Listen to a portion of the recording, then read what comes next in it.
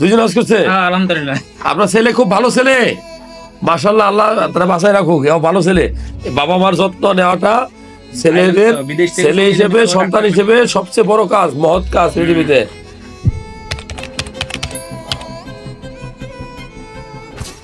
কোন সন্তান যদি ভালো কাজ করে, বাবা তার দিকে নেক নজরে তাকায়, তাহলে পৃথিবীটাই তার হয়ে যায়।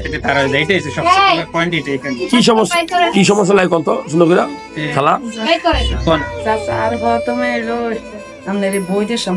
বইয়ের সমস্যা, হ্যাঁ। আর দুই হাঁটুতে সমস্যা, এই হাঁটু এই হাঁটু, ডান হাঁটু বেশি নাকি? এমনি ফুলে যায়নি খালা? ফুলেনি?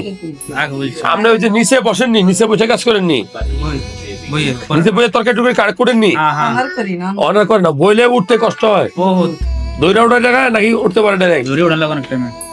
আরে আচ্ছা, ওই নিচে যে রক গুলো আছে, হাঁটুর নিচে যে রক গুলো আছে, টানা খায় নাকি? আচ্ছা, আর কি সমস্যা? খাওয়া নাই, খাওয়া একদিন না খাইলে মনে করেন, একদিন না খাইলে 10 দিন সব ভাঙে করবেন। মানে খাওয়ার রুচিটা নাই। খাওয়ার রুচি বলতে জিনিস আর কথা, মাথা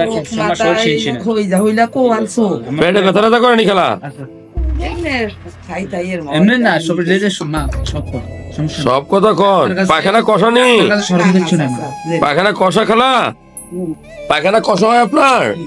উপরে তাকান তো, উপরে তাকান। হ্যাঁ হ্যাঁ, আচ্ছা, একটু একটা আল্ট্রাসাউন্ড উঠাম আর একটু বাতের টেস্ট করে দেখুন, ঠিক আছে? গিরায় গিরায় ব্যথা করলে অনেক সময় বাতের আক্রমণ হয়। গিরা ফুলে গেলে, গিরা লাল হলে, গিরার কামড় দিলে, ঠিক আছে, গিরা দাঁড়াইতে না পারলে, এটা একটা এক ধরনের Baat, rheumatic Baat, osteo arthritis Baat, বিভিন্ন রকমের বাত আছে।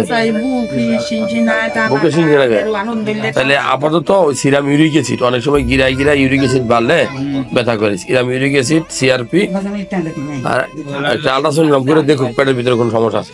কথা বুঝছেন নি? রিপোর্ট গুলো হওয়ার পরে আমি সিদ্ধান্ত দিব যে কি ওষুধ দিব কি দিব না। ওকে।